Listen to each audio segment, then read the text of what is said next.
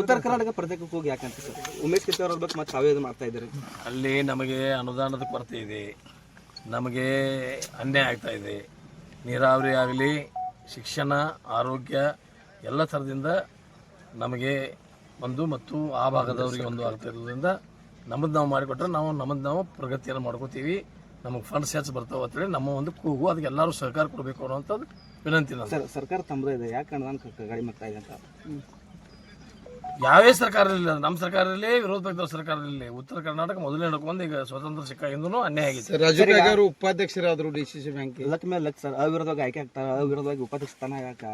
ಎಲ್ಲರೂ ಅನೌನ್ಸ್ಮೆಂಟ್ಲಿ ಎಲ್ಲರೂ ಒಕ್ಕಟ್ಟಾಗಿ ಮಾಡಿದ್ದಾರೆ. ಯಾವುದೂ ಅಧ್ಯಕ್ಷದು ಚುನಾವಣೆ ಆಗಿಲ್ಲ, ಉಪಾಧ್ಯಕ್ಷ ಆಗಿಲ್ಲ. ಅಲ್ಲಿ ಏನು ಪಂಗಡಗಳು ಇದ್ದು ಆ ಪಂಗಡಗಳು ಎರಡೂ ಕೂಡಿಸಿ ನಾನಾ ಮುಂದಾಳತ್ವ ತಗೊಂಡ ಎಲ್ಲ ಸರಿ ಮಾಡಿ ಮಾಡಿಸಿದೀವಿ. ಮಂತ್ರಿ ಸ್ಥಾನ ಸಿಗಬಹುದಾ?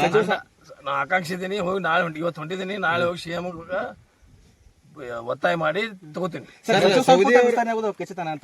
ಸೌದಿ ಅವರ ಬೆಂಬಲದಿಂದ ರಾಜೀವ್ ಕಾಗೆ ಅವ್ರು ಹೊರಗೆ ಉಳಿದ್ರು ಅನ್ನುವಂತ ಮಾತು ಕೇಳಿ ಬರ್ತಾರೆ. ಏನೆಲ್ಲ ಸುಳ್ಳು ಐತೆ, ಯಾವ ಬೆಂಬಲ ಇಲ್ಲ, ಯಾವ ಪಕ್ಷ ಇಲ್ಲ. ನೀವಾದಂತ ಮಾಧ್ಯಮದವ್ರು ಸುಳ್ಳು ಬೆಳೆಸಾದ್ರೆ ಸಚಿವ ಸಂಪುಟ ವಿಸ್ತರಣೆ ಆಗೋದು ಪಕ್ಕನ ಆಗ್ತೈತಿ. ಅಸೆಂಬ್ಲಿ ಆದ